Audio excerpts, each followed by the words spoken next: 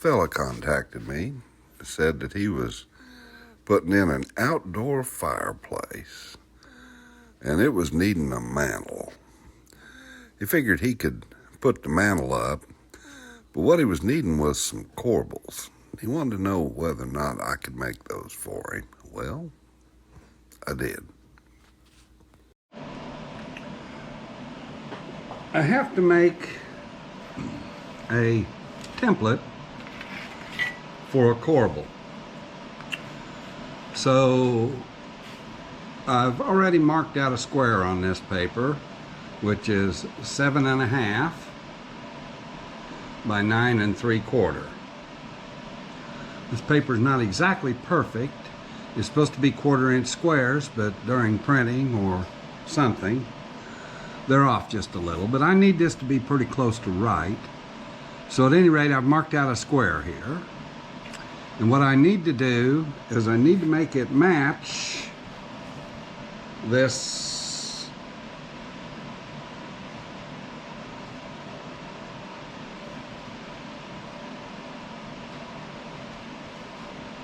photo that I got.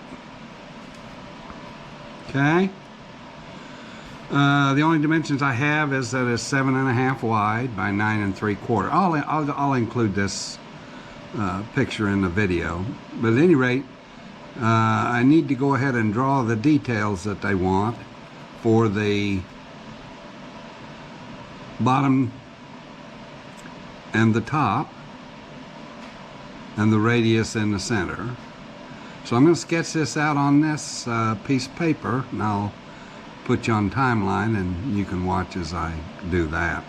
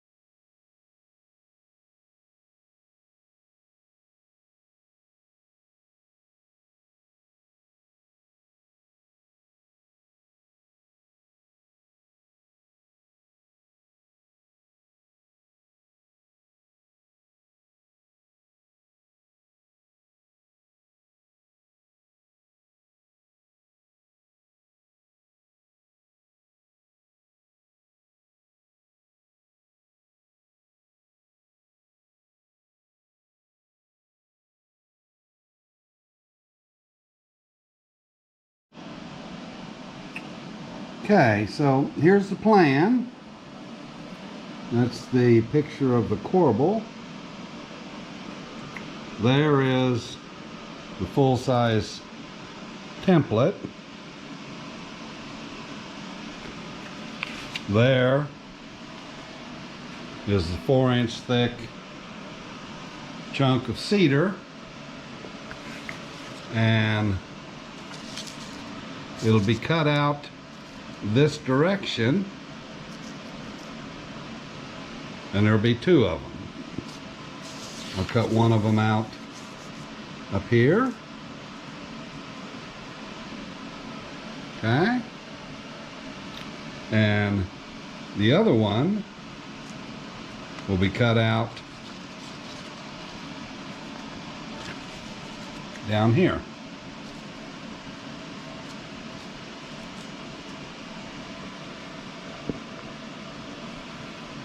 So, got to do some setup, but cut the ends of it off with the sliding compound miter saw, and then I'll cut the details out on the shopsmith bandsaw.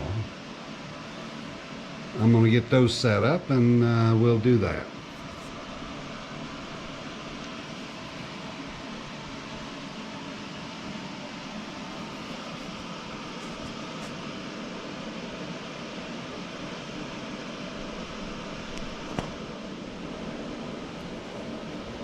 Have a stock block set up here at 9 3/4 inches. Going to chop 2 pieces off of this for the corbels.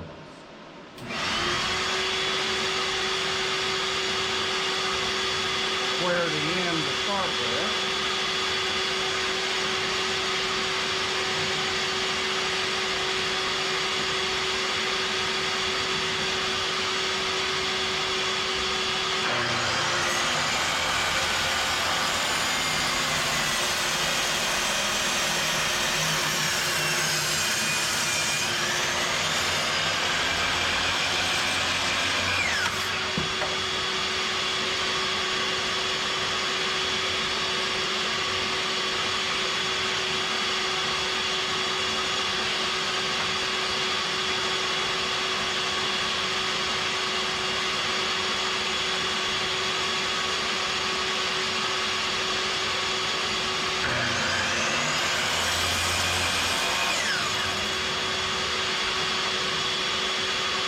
Guard caught on that corner here.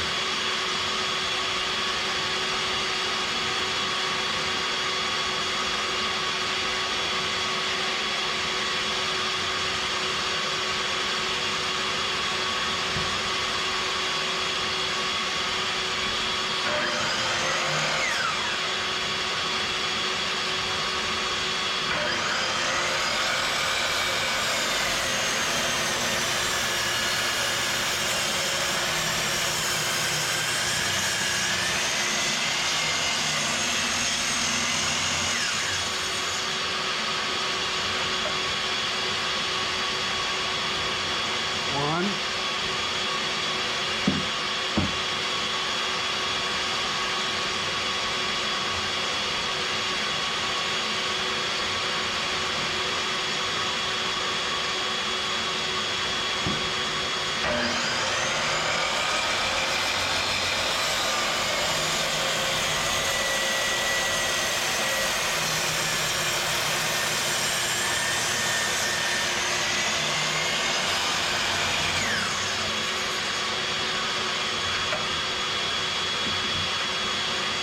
Two.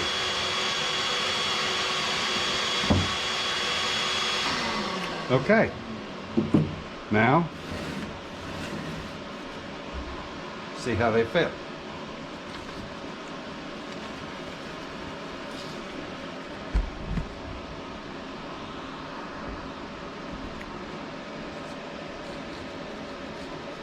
That should be doable.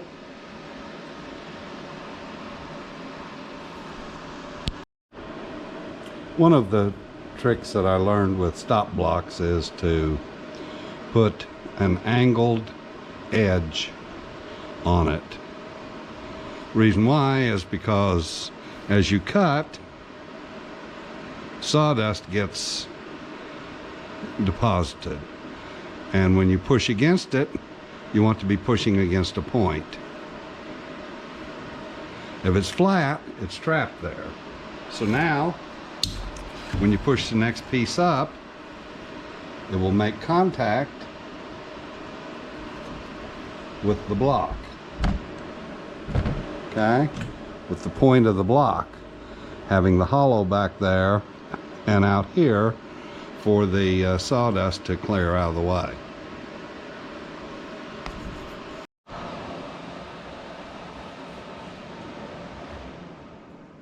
So now, to square the other side, client requested 7.5 inch corbels, and this is right at an 8-inch piece. So the other thing that he requested is that he wants to have rough cut edges and surfaces on the piece. So think we're going to pick out this edge here. It'll have a knot in it. That'll be all right. It won't interfere with our pattern. Probably be here. This part of it will show. Because of that, I'll make sure that I cut off the mounting side or the back side of the corbel. So what I've done is set this up. Let me check it with a stop block once again, set at 7.5 inches.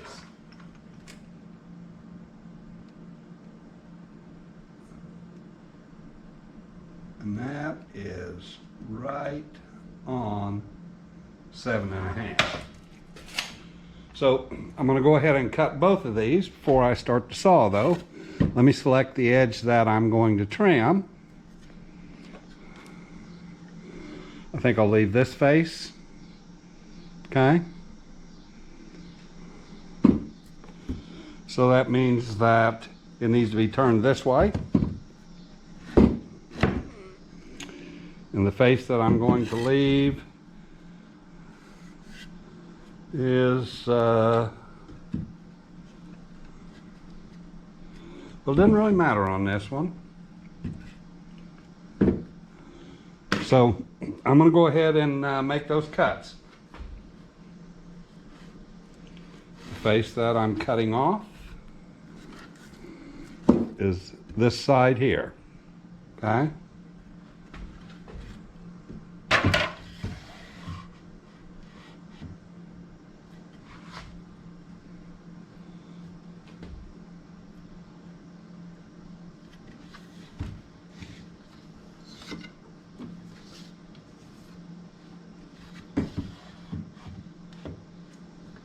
Okay.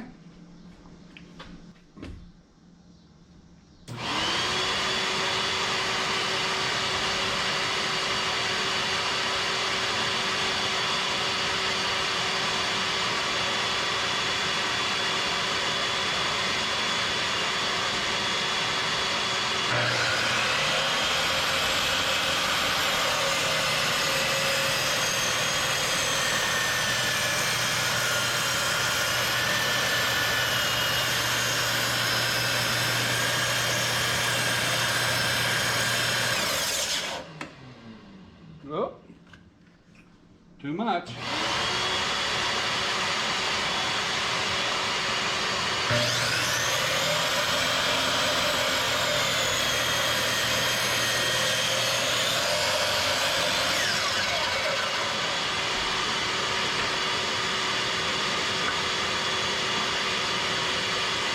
There's where it stops. Be against the wall. One.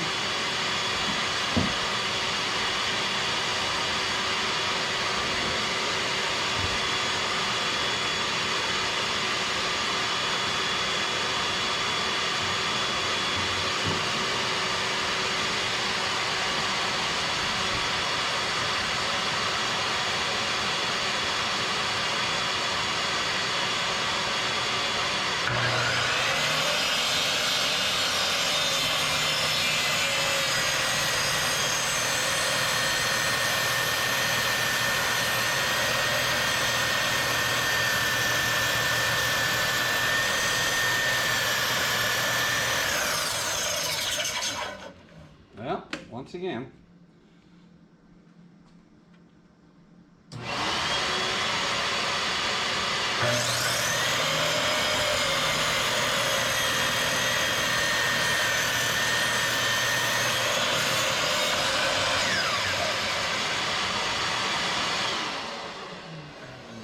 Okay, so that is cut at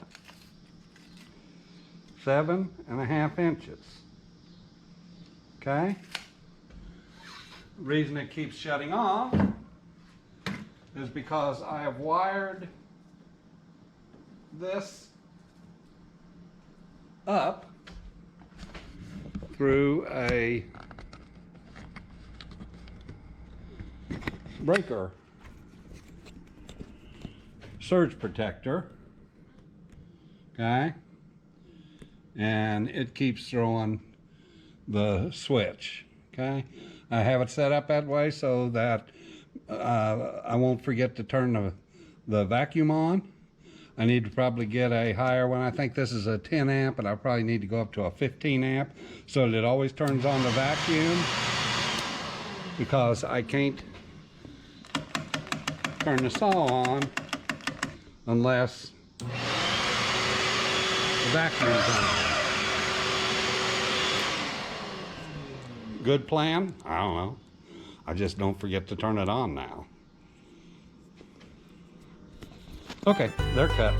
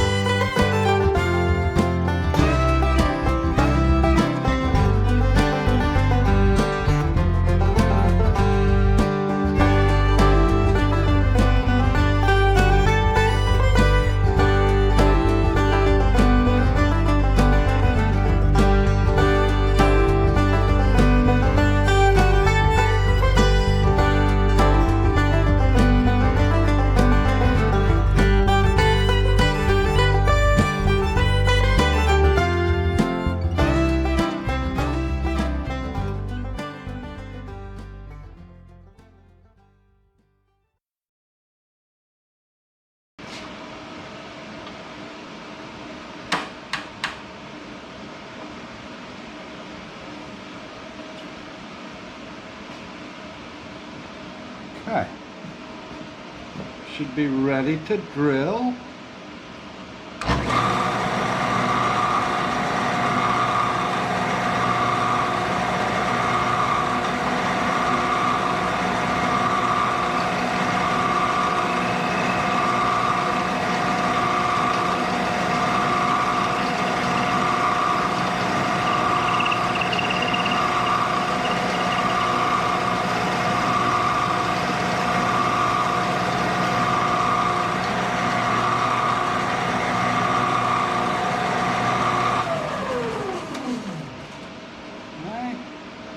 That's not going to be enough. Let me change the depth.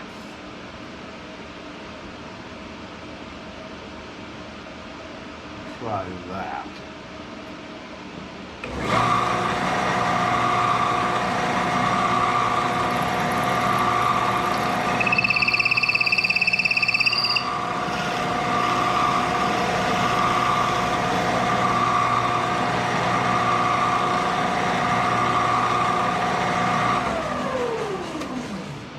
Okay, well, there's one.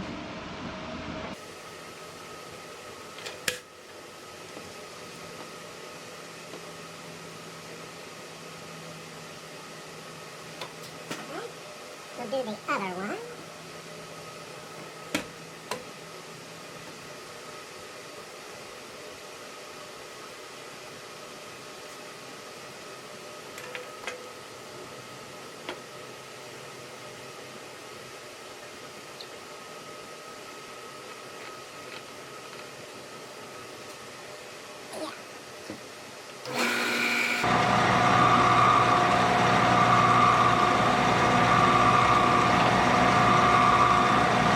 If you go too fast, you'll break that pilot point off. You don't want to get the deflection. This is unguided. It's not like in the Kreg Jig where they have metal guides, bushings to keep it aligned. Once it gets in the wood, you can go ahead and drill. But till the tip of that bit and gets fully inserted up to here, until that fully gets inserted, you get deflection. So you got to take it slow. You can break that tip off that bit.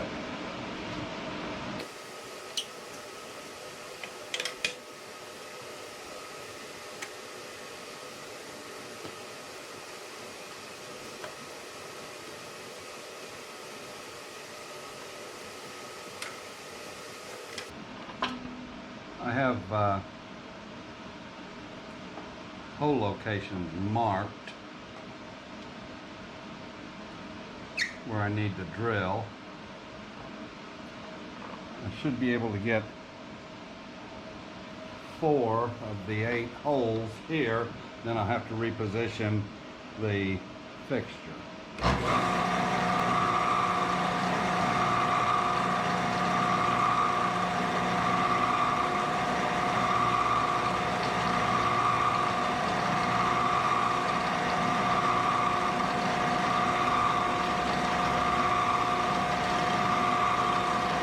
You can see the deflection probably in the camera because I can see a little bit from up here, but it's not enough to really affect my drilling operation.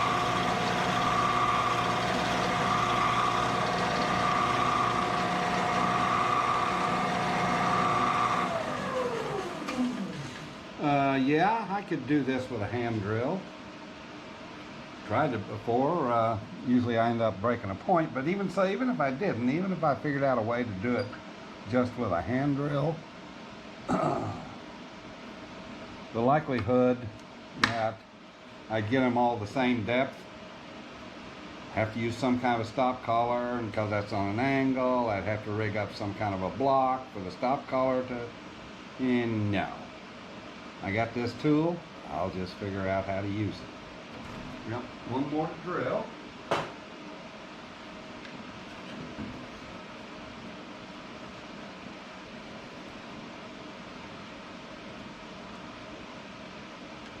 And I think I have to come over this way just a little.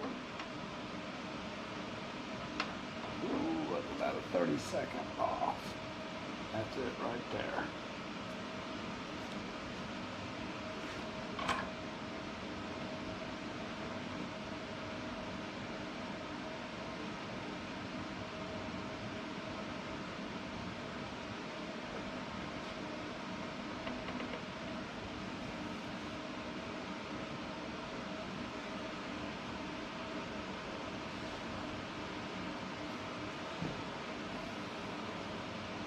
Right on the dot.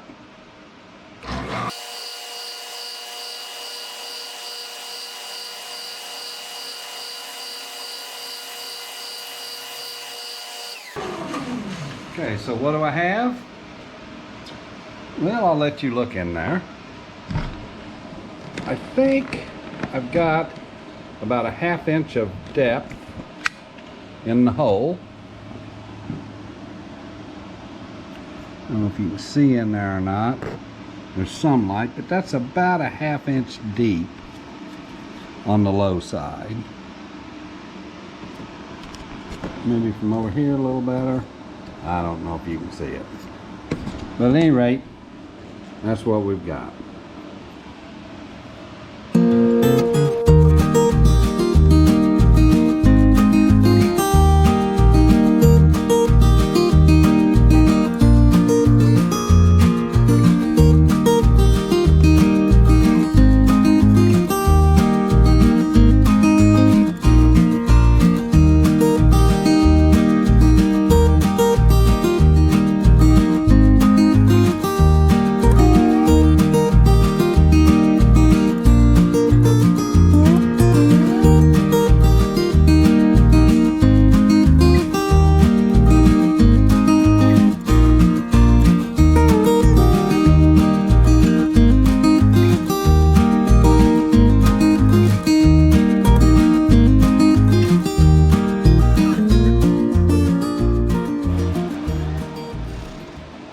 Okay, one last look at this drilling setup. Okay. I've moved the handle to the other side.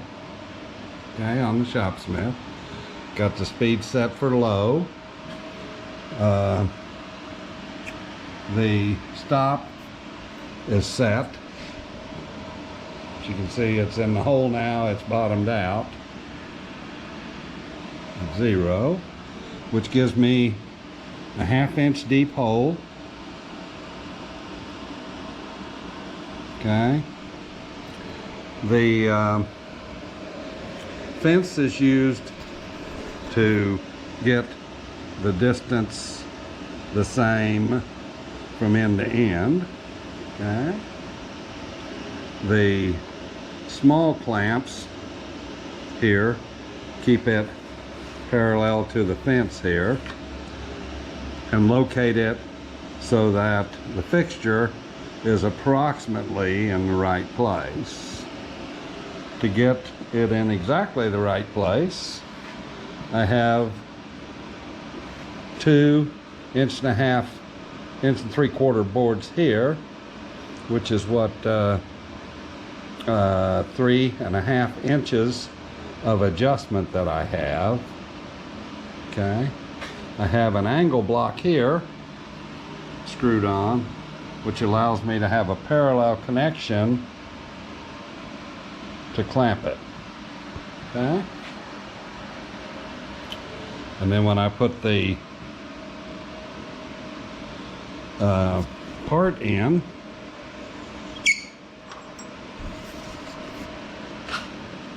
all I have to do is align it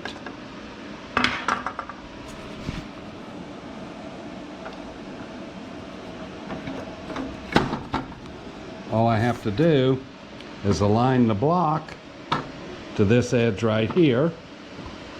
Okay, lean it back at 45 degrees and then slide it left or right to get it centered under the bit. Once I get it centered, you can see that's off there. Once I get it centered like that, I can then clamp it to the block here and hold it in place. And yes, I have to move this 3 times, but I got 4 holes drilled with 1 setting, and then 2 left fronts with the 2nd setting, and this is the 3rd setting, which got me 2 right fronts. And that's what we have. Now, got to cut some plugs.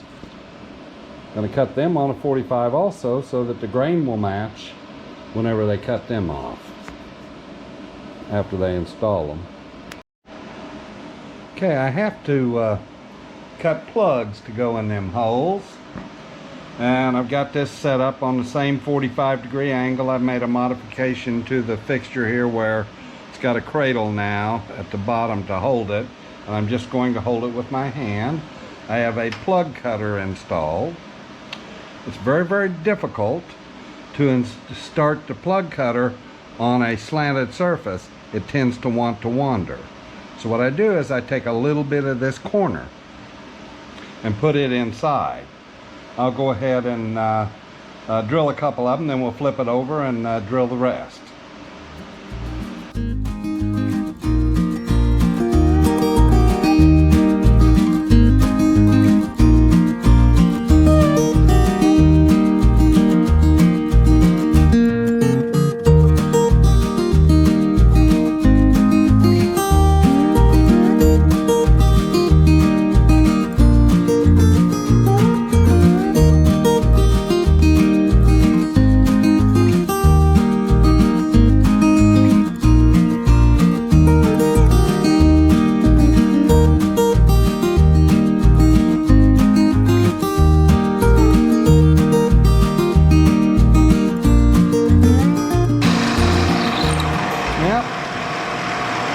Six is all we can get out of there. So it gives me 6 plugs, okay, on each side. Probably gonna lose that one, maybe that one. So 4 on that side, and I think all 6 of these might be good if I can get them out of there. That'll give me 10. Got 8 holes. So far I'm ahead. All right, now I'll saw them out of there and show you how they work. Well, it's about 11 o'clock. I'll do that in the morning. Well, good morning. The plan today is to go ahead and cut these plugs out. They've been drilled at a 45-degree angle into the block. And by my best calculation, they're about that deep right there, okay? So what I will do is I will put them in the bandsaw and cut them off at a 45-degree angle. That should leave me a flat bottom on the plugs when they're cut out, because they come down in here this way. And that should allow the maximum amount of the plug to go down into the hole, and then the client who's going to install them can take a chisel and cut it off. When he does, he'll be cutting along this plane here. They'll be installed this way, and that means that the grain on the plug will match the grain in the wood. Same way on this end, okay? So, I'm gonna go ahead and get started, and we'll see how this comes out.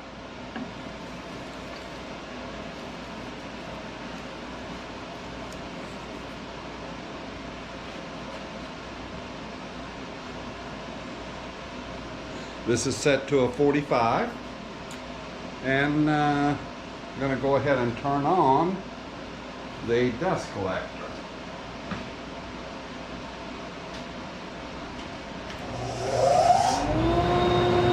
And salt.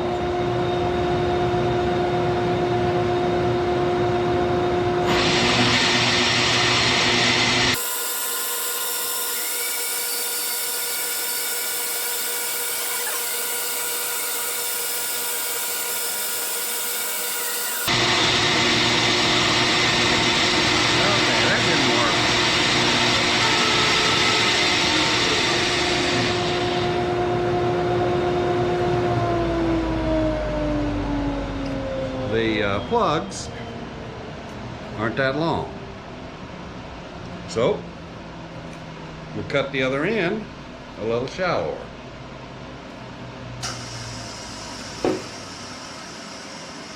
Well, wait a minute.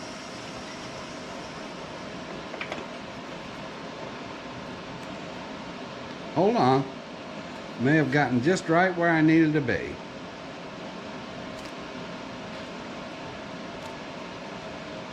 Oh yeah.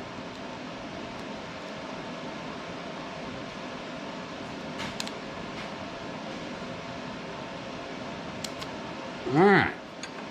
So there's the plugs.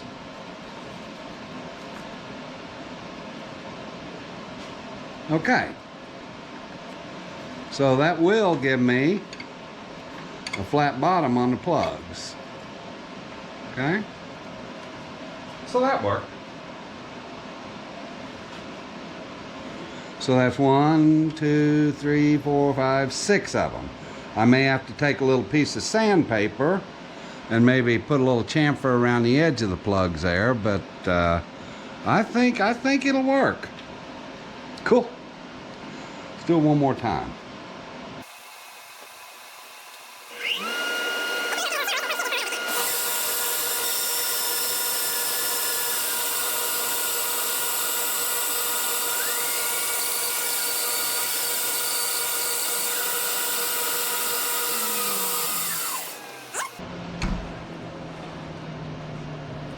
There you go.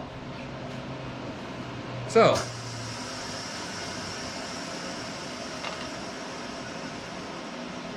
I think there's a couple of these though that I see. That one there, it's not going to be round. You can see right there where it was. We got drilled them too close. That one's round. That one there, I drilled too close. That one's round. That one's round. And that one's round. So,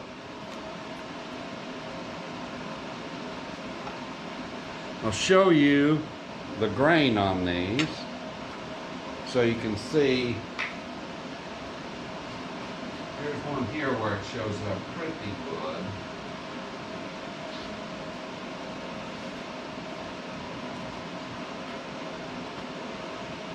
See the grain on this?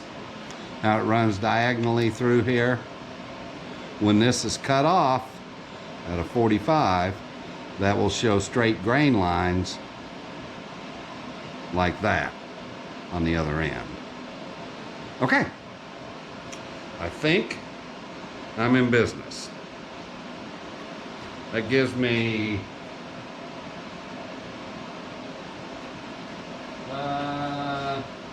10. I need 8. Should be in good shape. Shall we see how they fit in the hole?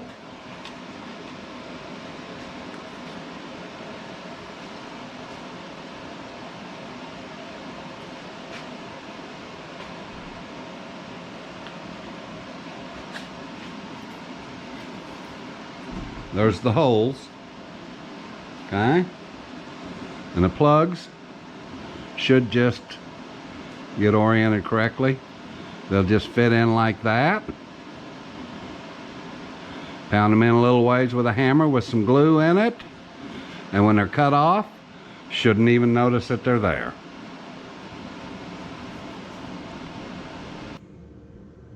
Okay, there's the corbel. The client requested pocket screws drilled through here on the side to attach it to the mantle that it's going to support. Okay? Well, I got to looking into it, and what I figured out was that with a traditional Kreg Jig,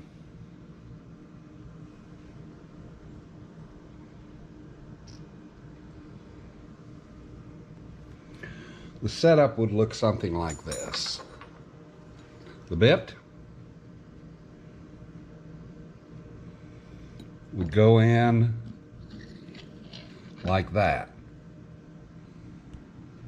At its exit, it would be, the point would be buried in the wood 3/4 of an inch. Okay? From the top edge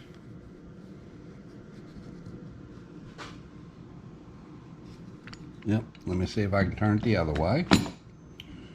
From the top edge in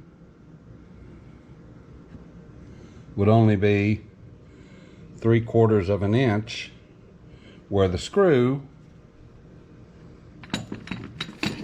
would come out and contact the mantle.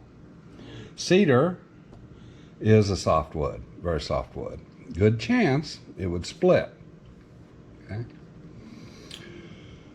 A couple of other things is that the hole would need to be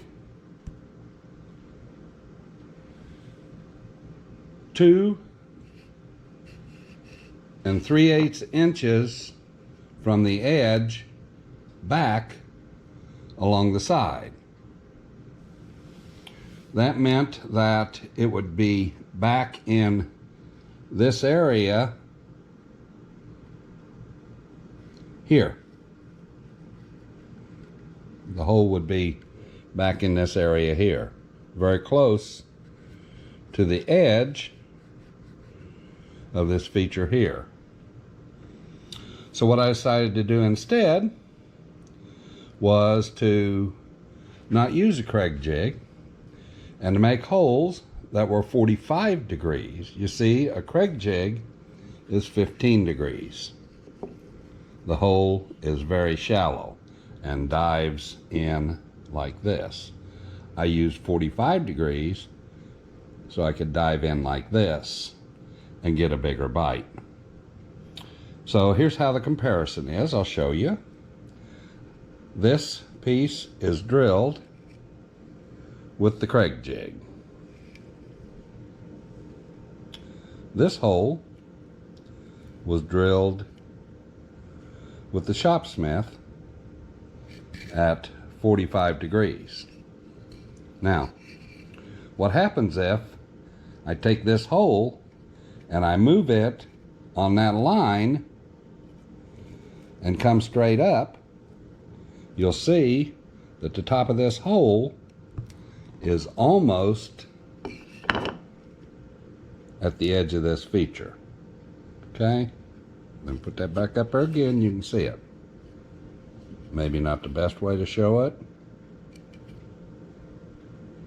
but a good way. Okay? So what I did is I drew it out, so maybe this will make more sense. Okay? This is the 15-degree Kreg jig hole. The brown is the 45-degree hole that I drilled with the shopsmith. I put this one 1 1/4 inches up from the edge of the piece here. This is the profile of the piece drawn here. Okay. The Kreg jig would have required that I go 2 3/8 inches up, and as I said, it would be very close to the edge of the part here. The biggest advantage I got, though, aside from those aesthetics and the possibility that it would split out, was on the top of the part. And if you look at the top of the part,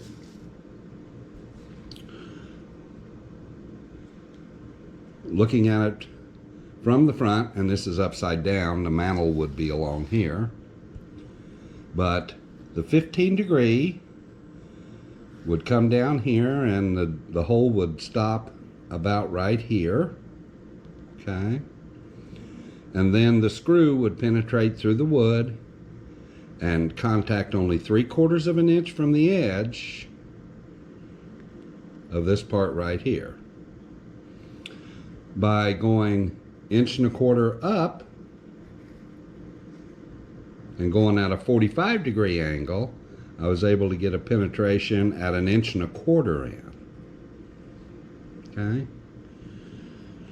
Remember, the mantle runs along here. This is shown upside down. This should give it better hold. In addition to the aesthetics of having a hole that size or a hole that size.